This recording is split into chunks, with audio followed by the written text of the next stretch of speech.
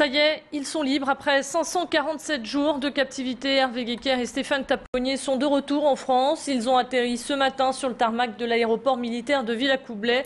Les familles et toute la presse étaient là pour les accueillir et recueillir surtout leur premier témoignage très attendu. Hervé Guéquer et Stéphane Taponnier ont tout d'abord rencontré leurs proches, ainsi que le président de la République et la première dame de France venus les accueillir. Le chef de l'État leur a résumé tout ce qui s'était passé pendant leur absence.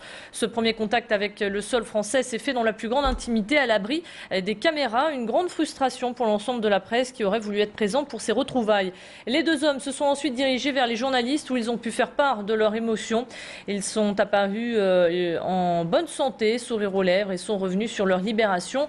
Beaucoup de mystères entourent les négociations. On ne connaît pas encore l'échange qui a été réalisé pour les faire libérer. Mais plus les heures passent et plus les conditions de leur détention se précisent. Les deux hommes ont été séparés pendant près de 8 mois. Et les otages assurent qu'ils n'ont jamais été maltraités. Après leur libération, ils ont été entendus par les spécialistes de la DGSE. Les banderoles de soutien peuvent maintenant être décrochées. C'est la fin d'un très long calvaire. La métropole lilloise s'est fortement mobilisée pour ne pas qu'ils sombrent dans l'oubli.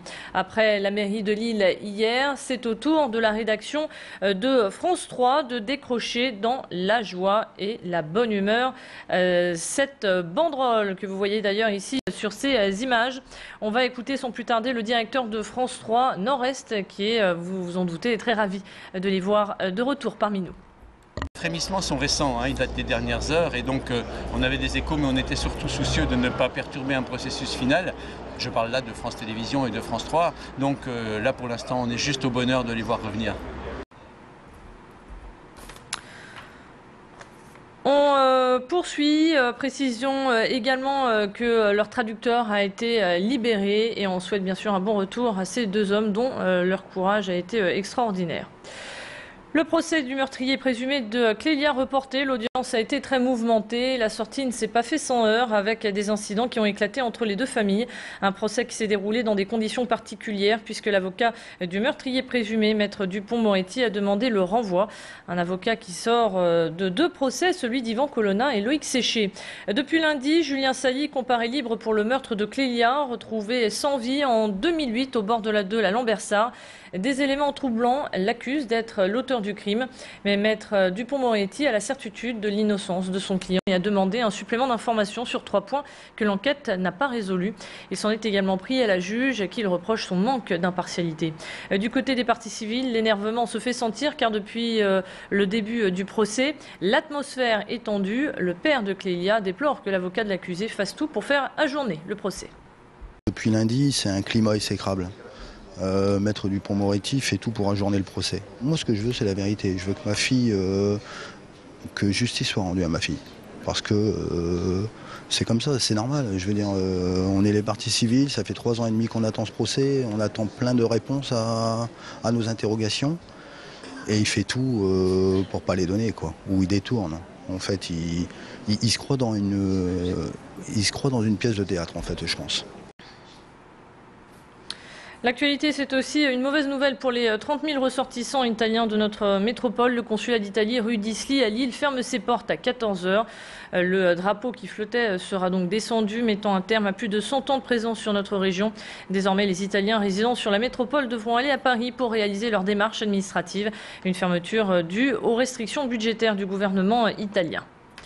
Alors que la ville de Tourcoing compte 45 caméras de surveillance, notamment dans les quartiers du Blanceau et de la Bourgogne, un comité d'éthique va bientôt voir le jour. Sa mission sera d'élaborer une charte et un rapport sur le résultat de ces caméras de vidéosurveillance installées sur la commune, qui a pour objectif de lutter contre l'incivilité et la délinquance. Un outil qui permettra de répondre à certaines questions que peuvent se poser les citoyens et d'encadrer ainsi la liberté individuelle.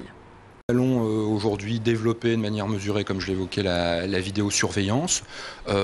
C'est simplement pour répondre à une nécessité légitime d'encadrer les libertés individuelles, de s'assurer qu'effectivement, au-delà du cadre réglementaire qui est bien sûr mis en place aujourd'hui, on apporte une réponse et surtout un lien et une information aux habitants, aux citoyens sur la mise en place et l'utilisation de notre dispositif de vidéosurveillance.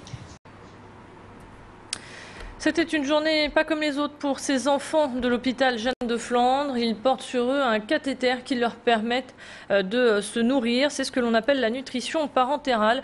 Comme ils ont une insuffisance intestinale, tous les nutriments, eau, vitamines, glucose sont directement dirigés vers le cœur. Dans le Nord-Pas-de-Calais, une vingtaine d'enfants bénéficient de cette technique d'alimentation. Alors pour les distraire, le temps d'une journée, eh bien, des ateliers ont été organisés. L'objectif étant de développer leur responsabilité et de leur faire comprendre ce qui se passe à l'intérieur de leur corps. Explication au micro de Jimmy Hutchon. Alors le but réel de ces activités va être que les enfants s'amusent autant que n'importe quel enfant. Ce sont des enfants comme les autres, donc il n'y a pas de raison qu'ils n'aient pas le droit de s'amuser. Mais ça va être également aussi d'expliquer un petit peu le pourquoi ils ont toutes ces poches, pourquoi ils ont tous ces tuyaux, dans un monde imaginaire qu'on a appelé le monde merveilleux. Allez, on termine cette édition avec du sport et des nouvelles du LOSC, car les vacances sont finies. Retour aux choses sérieuses. C'est sous le soleil que les hommes de Rudy Garcia retrouvent le chemin de l'entraînement, et le tout sous les yeux de son fidèle public. La liste des joueurs se précise pour l'année prochaine, pour la saison qui vient. Donc David Rosenal restera au LOSC jusqu'en 2014. Et Vincent Enyeyama, lui, est officiellement lillois. L'international nigérian a signé avec le club jusqu'en 2014. Fin de cette édition. À suivre votre météo.